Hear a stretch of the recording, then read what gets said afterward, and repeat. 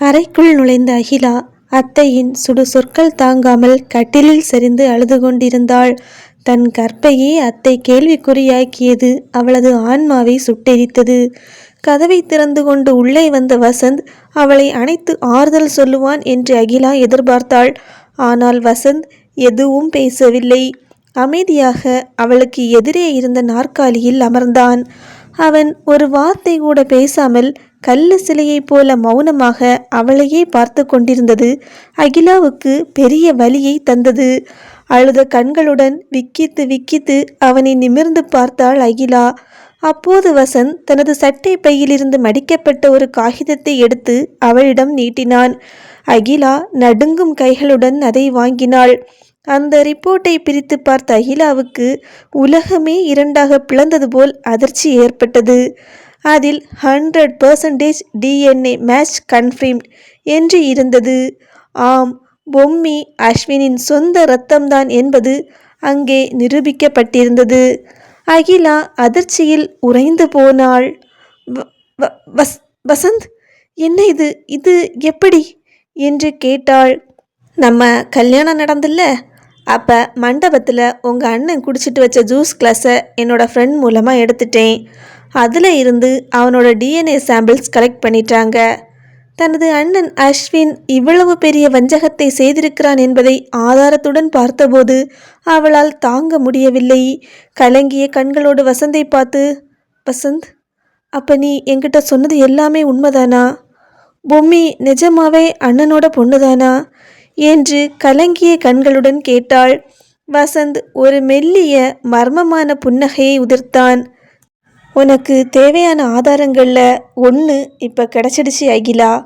உன்னோட அன்னை எவ்வளவு பெரிய மிருகம்னு இப்போவாவது புரிஞ்சிக்கோ. அடுத்த ஆதாரம் வர்ஷினி அண்ணி மேலே எந்த தப்பும் இல்லைங்கிறத நான் சீக்கிரமே நிரூபிப்பேன். அவனது குரலில் ஒரு உறுதி தெரிந்தது. ஆனால் அடுத்து அவன் சொன்ன வார்த்தை அகிலாவின் இதயத்தை துடிக்க வைத்தது. அதுக்கப்புறம் எல்லாம் நிரூபித்த பிறகு நடக்க போகிறது நம்மளோட டிவோர்ஸ் தான். அந்த வார்த்தையை கேட்டதும் அகிலாவுக்கு பூமி பிளப்பது போல் இருந்தது.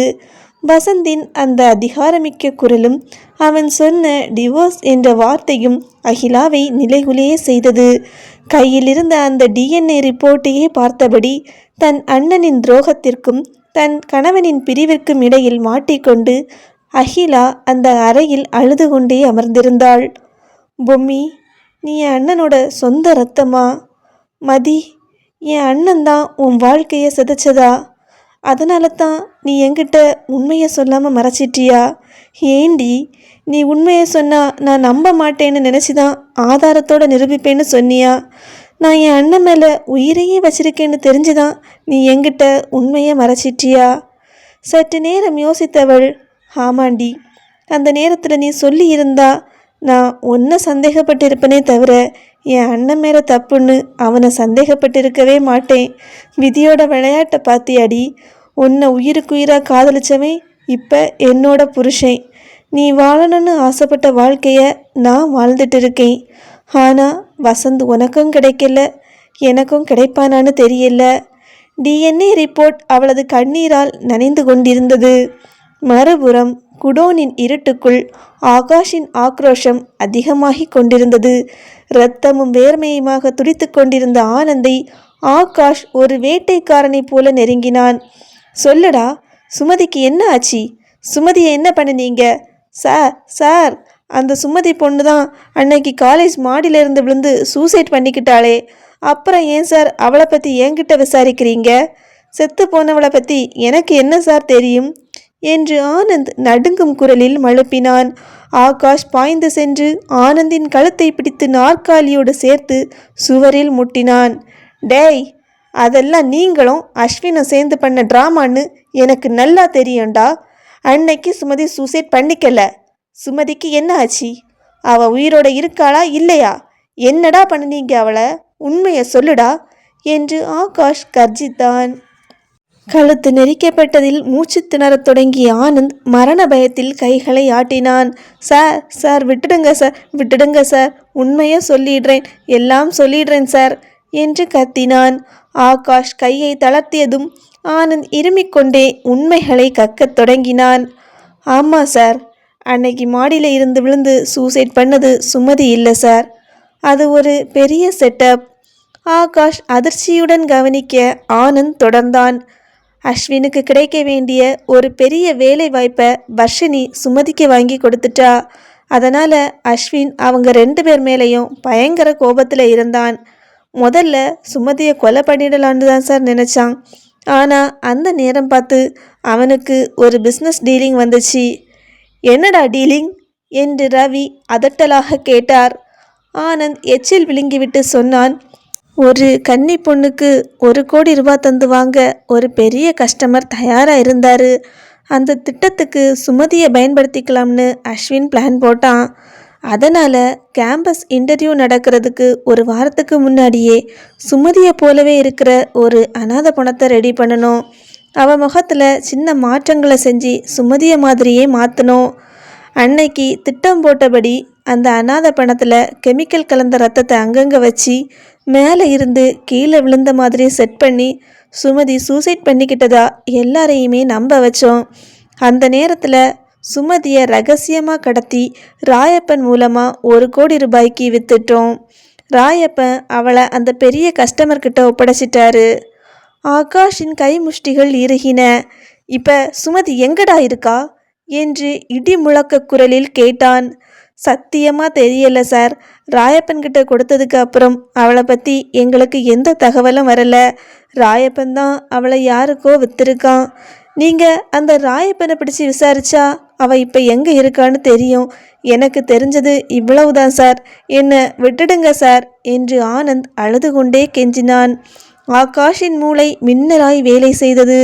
வர்ஷினியின் தோழி சுமதி இப்போது ஒரு மனித வியாபாரத்தின் கொடூர பிடியில் சிக்கியிருக்கிறாள்.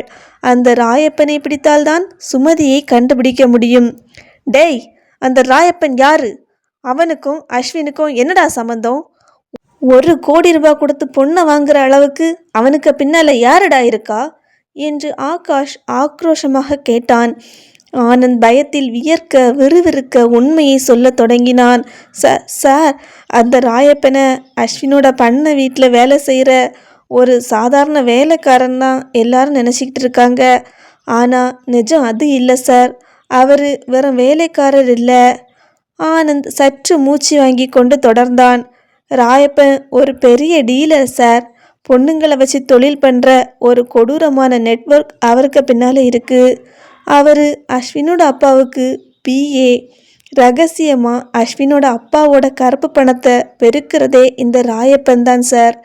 ராயப்பனோட உண்மையான முகம் யாருக்கும் தெரியக்கூடாதுன்னு தான் அஸ்வினோட அப்பா அவனை ஒரு வேலைக்காரர் மாதிரி வச்சிருக்காரு. டேய், அதெல்லாம் விடுடா, சுமதிக்கு என்னடா ஆச்சு? அவளை எதுக்காகடா 1 கோடி ரூபாய்க்கு விற்றாங்க என்று பற்களை கடித்தபடி கேட்டான். சார், அந்த ராயப்பன் ஒரு பிஸ்னஸ் பண்ணுறவர். ஒவ்வொரு பொண்ணுக்கும் ஒரு ரேட் ஃபிக்ஸ் பண்ணுவார். அவங்க அழகையும் அவங்களோட பின்னணியை வச்சு கஸ்டமர்கிட்ட ஒரு டீல் பேசுவார். சுமதி ஒரு பெரிய படிப்பாளி, அழகான கன்னி பொண்ணு. அதனால் அவளுக்கு 1 கோடி ரூபாய் ரேட் பேசினாங்க. கஸ்டமர்ஸ் அந்த பொண்ணுங்களை வாங்கிட்டு போய் அவங்களுக்கு தேவையான மாதிரி யூஸ் பண்ணிவிட்டு திருப்பி அனுப்பிடுவாங்க. சிலர் பொண்ணுங்களை யாருக்காவது மறுபடியும் விற்றுடுவாங்க. சில பொண்ணுங்களை வீட்டு வேலைங்களும் செய்கிறதுக்கோ இல்லை ஏதாவது தொழில் பண்ணுறதுக்கோ யூஸ் பண்ணிக்குவாங்க. அந்த பொண்ணுங்க உயிரோடு இருப்பாங்களா இல்லையாங்கிறது எனக்கு தெரியாது சார். இதை கேட்டதும் ஆகாஷின் ரத்தம் கொதித்தது. நீயும் அஸ்வினும் மனுஷங்கள் தானடா, ஒரு பொண்ணோட வாழ்க்கையை வியாபாரம் பண்ணுறீங்களே. ஆகாஷ் அருவருப்போடு ஆனந்தை பார்த்தான். இந்த மாதிரி ஒரு அசிங்கமான தொழில் உங்கள் பின்னால் நடக்குதுன்னு தெரியாமல் இவ்வளவு நாள் நாங்கள் கோட்டை விட்டுட்டோமே ச்சே என்று தன் தலையிலேயே அடித்து கொண்டான். சட்டென்று ஆகாஷ் தனது ஃபோனை எடுத்து வசந்திற்கு தகவல் சொல்ல நினைத்தான். ஆனால் பிறகு யோசித்தான். இல்லை, இப்போதைக்கு இந்த விஷயம் யாருக்கும் தெரியக்கூடாது. அந்த ராயப்பனை பிடிச்சாதான் சுமதியை மீட்டெடுக்க முடியும் என்று முடிவு செய்தான். அதே நேரம் குடோனின் அந்த நிசப்தத்தில் ஆனந்தின் ஃபோன் அதிரத் தொடங்கியது. திரையில் அஸ்வின் என்ற பெயர் மின்னியது. ஆகாஷ் அந்த ஃபோனையும் ஆனந்தையும் மாறி மாறி பார்த்தான். ஃபோன் தொடர்ந்து அடித்து கொண்டே இருந்தது. ஆகாஷ் சைகையால் ஆனந்தை அமைதியாக இருக்கும்படி எச்சரித்துவிட்டு அந்த அழைப்பை ஏற்காமல் விட்டான். முதல் முறை ஃபோன் தானாக நின்றது. அடுத்த வினாடியே மீண்டும் அஸ்வினிடமிருந்து அழைப்பு வந்தது. ஆகாஷ் அதையும் எடுக்காமல் ஆனந்தின் முகத்தையே பார்த்து கொண்டு நின்றான். மறுபுறம் அஸ்வின் தனது வீட்டில் மது கோப்பையுடன் அமர்ந்திருந்தான். ஆனந்த் ஃபோனை எடுக்காதது அவனது மூளையில் ஒரு சிறு தட்டலை ஏற்படுத்தியது. என்ன ஆச்சு இவனுக்கு? ஏன் ஃபோனை எடுக்க மாட்டேங்கிறான்? வீட்டுக்கு வந்து குடிச்சிட்டு நல்ல போதையில் போனானே, வழியிலேயே எங்கேயாவது மாட்டிக்கிட்டானா என்று அஸ்வின் யோசித்து கொண்டே இருந்தான். ஆகாஷ் ரைட்டர் சுடலையிடம், சுடல, இவனை பத்திரமா பார்த்துக்கோங்க. இவன் இங்கே இருந்து ஒரு அடி கூட நகரக்கூடாது. நானும் ரவியும் அந்த ராயப்பனை தேடி போகிறோம். அவனை பிடிச்சாதான் எல்லா பிரச்சனைக்கும் ஒரு தீர்வு கிடைக்கும் என்று கட்டளையிட்டு விட்டு ரவியுடன் மின்னல் வேகத்தில் குடோனை விட்டு வெளியேறினார். அஸ்வினின் பண்ணை வீட்டை நோக்கி ஆகாஷின் கார் சீறி பாய்ந்தது. ராயப்பனை பிடித்துவிட்டால் சுமதியை பற்றிய அனைத்து உண்மைகளும் தெரிந்துவிடும். அஸ்வின் பண்ணிய அத்தனை குற்றங்களையும் ஆதாரத்துடன் நிரூபிக்கலாம் என்று நினைத்து கொண்டான். குடோனில் இப்போது ஆனந்தும் சுடலையும் மட்டுமே இருந்தனர். ஆனந்த் தன் கை கால்கள் கட்டப்பட்டிருந்தாலும் தப்பிப்பதற்கான வழியை தீவிரமாக யோசித்து கொண்டிருந்தான். அவனது கண்கள் சுடலையையே கண்காணித்து கொண்டிருந்தன. சுடலை நாற்காலியில் அமர்ந்து கையில் துப்பாக்கியை வைத்திருந்தார். ஆனால் நீண்ட நேர விசாரணை என்பதாலும் வயது மூப்பின் காரணமாகவும் சுடலையின் கண்கள் மெல்ல செருகத் தொடங்கின. சிறிது நேரத்தில் சுடலை ஆழ்ந்த உறக்கத்திற்கு சென்று லேசாக குரட்டை விடத் தொடங்கினார்.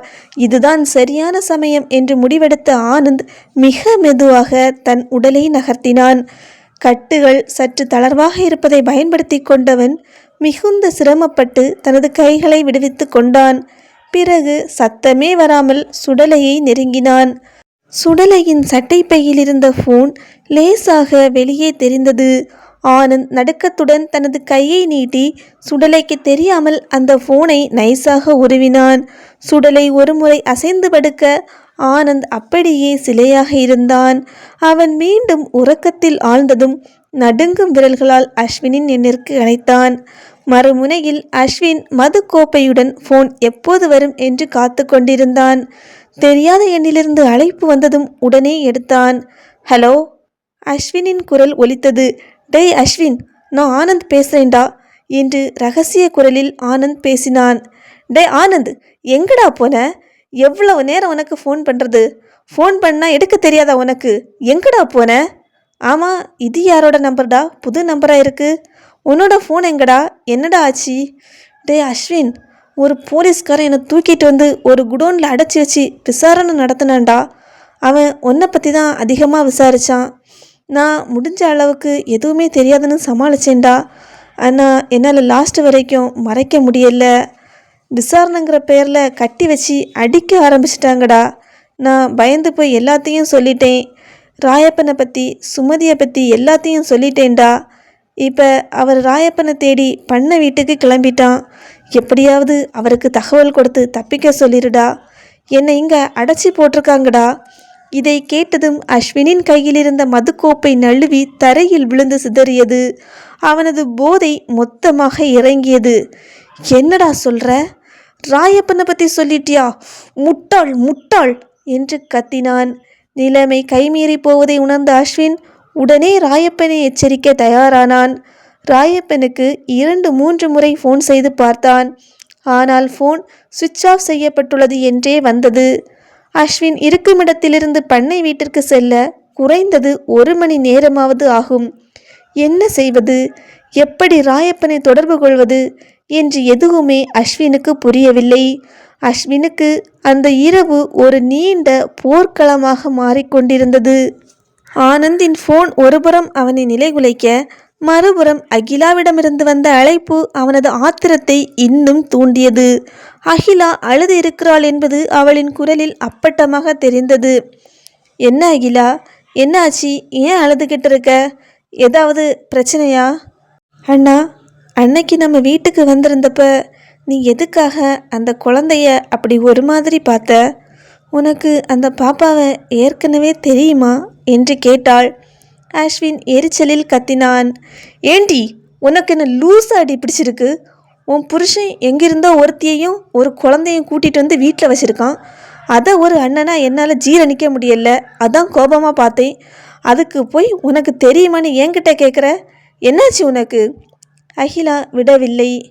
இல்லை அண்ணா, வசந்த் கூட அந்த பொண்ணை ஃபோட்டோவில் பார்த்ததும் நீ ரொம்ப டென்ஷனான மாதிரி எனக்கு தெரிஞ்சுது. அந்த பொண்ணை பற்றி உனக்கு ஏதாவது தெரியுமா அண்ணா? அஸ்வின் மீண்டும் ஆவேசமடைந்தான். ஏண்டி, உன் புருஷன் ஒரு பொண்ணு கூட சுற்றுறான்னா அதை அவங்கிட்ட கேட்க வேண்டியது தானே? அதை விட்டுட்டு என்கிட்ட வந்து கதை கேட்டுட்ருக்க? அண்ணா, நான் உனக்கு வாட்ஸ்அப்பில் ஒரு ஃபோட்டோ அனுப்பியிருக்கேன், அதை முதல்ல எடுத்துப்பாரு என்று சொல்லிவிட்டு அகிலா இணைப்பை துண்டித்தாள். இவ வேற நேரங்கெட்ட நேரத்தில் ஏதாவது செல்ஃபி எடுத்து அனுப்பியிருப்பாளோ என்னவோ என்று முணுமுணுத்து கொண்டே அஸ்வின் வாட்ஸ்அப் செய்தியை திறந்தான். செல்ஃபியாக இருக்கும் என்று நினைத்தவனுக்கு அங்கே இடி காத்திருந்தது. அவன் பார்த்தது DNA ரிப்போர்ட். அதை ஓபன் செய்து பார்த்த அஸ்வினுக்கு ஒரு நிமிடம் இதயம் நின்றது போன்ற உணர்வு. அஸ்வினுக்கும் அந்த பொம்மைக்கும் இடையிலான உறவு 100% உறுதி என்று அந்த அறிக்கையில் எழுதப்பட்டிருந்தது. அவனது உலகம் ஒரு நிமிடம் ஆடிப்போனது. இது இது எப்படி இவ கைக்கு கிடைச்சது என்று அஸ்வின் நிலை உலைந்தான். ஒரு பக்கம் ஆகாஷ் சுமதியை விற்ற விஷயத்தை தோண்டிக்கொண்டு ராயப்பனை நோக்கி சேரை கொண்டிருக்கிறான். இன்னொரு பக்கம் தன் இரகசிய ரத்தமான பொம்மையை பற்றிய உண்மையை அகிலா கையில் வைத்துக்கொண்டு அவனிடமே கேள்வி கேட்கிறாள். எப்போதும் தோல்வியையே சந்திக்காத அஸ்வினுக்கு முதல் முறையாக தோல்வி தன்னை நெருங்குவது போன்ற ஒரு உணர்வு ஏற்பட்டது. 4 பக்கமும் உண்மைகள் வேட்டை நாய்களைப் போல அவனை சூழ்ந்து கொண்டன. அவனது மூளை வேலை செய்ய மறுத்தது. தலை சுற்றியது. என்ன, எல்லாரும் சேர்ந்து என்ன மடக்கலான்னு பார்க்குறீங்களா? என்ன, எல்லா உண்மையும் ஆதாரத்தோட நிரூபிக்க போறீங்களா? நீங்கள் எல்லாரும் அஸ்வினை பற்றி என்ன நினைச்சீங்க? அஸ்வின் அவ்வளவு சீக்கிரம் விழுந்துட மாட்டான் என்று கத்திக்கொண்டே தன் அறையில் இருந்த கண்ணாடியை ஓங்கி குத்தினான். இரத்தம் சொட்டியது. ஆனால் அதைவிட அதிகமாக அவனது ரகசியங்கள் வெளியே சொட்டி கொண்டிருந்தன. அஸ்வினின் ஆத்திரம் இப்போது உச்சகட்டத்தை எட்டி இருந்தது. கையில் இரத்தம் சொட்ட சொட்ட தனது ஃபோனை எடுத்து அகிலாவிற்கு அழைத்தான். ஃபோனை எடுத்ததுமே அஸ்வின் கத்தினான். அகிலா, என்னடி இது? நீ அனுப்பியிருக்கிற இந்த ரிப்போர்ட்டில் என்னோட பெயர் இருக்கு. இதெல்லாம் யார் பண்ணுற வேலடி? எதுக்காக இதை எனக்கு அனுப்புன? அகிலா சளைக்காமல் கேட்டாள். யார் பண்ணா என்ன அண்ணா? அந்த ரிப்போர்ட்டில் இருக்கிறது உண்மைதானே? அந்த பொம்மைக்கு உனக்கு என்ன சம்மந்தம்? தயவு செஞ்சு உண்மையை சொல்லிடு அண்ணா. அந்த பாப்பா உன்னோட ரத்தமா? நீ தான் அந்த பொண்ணு மதியோட வாழ்க்கையை நாசம் பண்ணின கொடூரனா? ஐயோ ஐயோ ஐயோ, பைத்திய மாதிரி பேசாத அகிலா. யாரோ ஒரு பொய்யான ரிப்போர்ட்டை ரெடி பண்ணி உங்ககிட்ட கொடுத்துருக்காங்க. வர்ஷினியை காப்பாற்ற அவங்க ஆடுற நாடகம் இதுன்னு எனக்கு தோணுது என்று அஸ்வின் மழுப்ப முயன்றான். அண்ணா, வர்ஷினிக்கும் இதுக்கும் என்ன சம்மந்தம்? அவங்கள தான் நம்ம திட்டம் போட்டபடி வீட்டை விட்டு துரத்திட்டோமே. நீ நினச்ச மாதிரியே அவங்கள அவங்க புருஷங்கிட்ட இருந்து பிரிச்சாச்சு. ஊரில் அவங்க தலகாட்ட முடியாத அளவுக்கு அவங்கள கேவலப்படுத்தியாச்சு. அதுக்கப்புறம் அவங்கள எதுக்கு இதில் இழுக்கிற? நீ எதையோ என்கிட்ட மறைக்கிற அண்ணா. எனக்கு சத்தியம் பண்ணி சொல்லு என்று அகிலா விடாமல் அழுதாள். அஸ்வினுக்கு பொறுமை இழந்தது. ஆமாடி, எனக்கு ஏற்கனவே இங்கே ஏகப்பட்ட பிரச்சனை ஓடிட்டுருக்கு. இதில் நீ வேற வந்து உயிரை எடுக்காத. எனக்கும் இதுக்கும் எந்த சம்மந்தமும் இல்லை. அப்படியே சம்மந்தம் இருக்கு நீ நினச்சாலும் எனக்கு எந்த கவலையும் இல்லை. உன்னோட புருஷனும் அந்த பொண்ணும் தானே கைகோர்த்துட்டு இருந்தாங்க ஃபோட்டோவில். உன்னோட புருஷன் தப்பு பண்ணிட்டு அந்த பழியை என் மேலே போடக்கூடாதோ? அப்படியே இருந்தாலும் அந்த பொண்ணுக்காகவும் அவள் பெத்த குழந்தைக்காகவும் நீ ஏன் என்கிட்ட சண்டைக்கு வர? அவள் எவன் கூடயாவது போய் படுத்து பிள்ளைய பெற்றிருப்பா. அண்ணா, தேவையில்லாமல் அவளை பற்றி தப்பாக பேசாத. எவ்வளோ ஒருத்தியை பற்றி தப்பாக பேசினா நீ ஏண்டி கோபப்படுற? அவன் என்ன உன் கூட பிறந்தவளா? இப்படி அவளுக்காக வக்காலத்து வாங்கிட்டு இருக்க? எவ்வளோ ஒருத்திக்காக கூட பிறந்த அண்ணங்கிட்டேயே சண்டை போடுற? அண்ணா, அவள் ஒன்றும் எவ்வளோ ஒருத்தி இல்லை. அவள் என்னோட க்ளோஸ் ஃப்ரெண்டு. இத்தனை வருஷமாக அந்த குழந்தைய யாருக்கும் தெரியாமல் நான் தான் வளர்த்துக்கிட்டு இருக்கேன். எனக்காக தான் வசந்த் அந்த குழந்தைய இந்த வீட்டில் கொண்டு வந்து வச்சிருக்கான். என்னது, இத்தனை வருஷம் நீ குழந்தைய வளர்த்தியா? அதுவும் எங்களுக்கு தெரியாம? அகிலா, நீ தேவையில்லாத விஷயம் பண்ணிட்டு இருக்க. நீ என்னவோ குழந்தைய வளர்த்தேங்கிற, ஃப்ரெண்டுங்கிற, குழந்தைக்கு அப்பா நான் சொல்கிற. எனக்கு எதுவுமே புரியல அகிலா. அந்த வீட்டுக்கு நீ எதுக்கு போனியோ அந்த வேலையை மட்டும் பாரு. தேவையில்லாத வேலையெல்லாம் பார்க்காத. தேவையில்லாமல் என்னை டென்ஷன் பண்ணிட்டு இருக்காத என்று ஆவேசமாக கத்திவிட்டு பதிலே பேச விடாமல் ஃபோனை துண்டித்தான். மறுமுனையில் அகிலா அப்படியே இடிந்து போய் உட்கார்ந்தாள். தன் அண்ணன் உண்மையை சொல்லாவிட்டாலும் அவனது பேச்சில் தெரிந்த பதற்றமும் சம்பந்தமே இல்லாமல் வர்ஷினியை இழுத்ததும் அவளுக்கு பல உண்மைகளை உணர்த்தியது. இந்த உண்மையையே தாங்கிக் கொள்ள முடியாதவள் அஸ்வின் தனது உடன் பிறந்த அண்ணனே அல்ல என்றும் தன் தந்தையை கொன்ற கொலைகாரன் என்றும் தெரிந்தால் எப்படி தாங்கிக் கொள்ளப் போகிறாளோ? தொடர்ந்து ஸ்டோரி கேட்டு சப்போர்ட் பண்ணுறவங்க எல்லாருக்குமே ரொம்ப ரொம்ப தேங்க்ஸ். இது வரைக்கும் நம்ம சேனலை சப்ஸ்கிரைப் பண்ணாதவங்க மறக்காமல் ஒரு சப்ஸ்கிரைப் பண்ணிடுங்க. அது மட்டும் இல்லைங்க, கதையை கேட்டுக்கிட்டு கதை எப்படி இருக்குன்னு ஒரு வார்த்தை கமெண்டில் சொல்லிட்டு போங்க.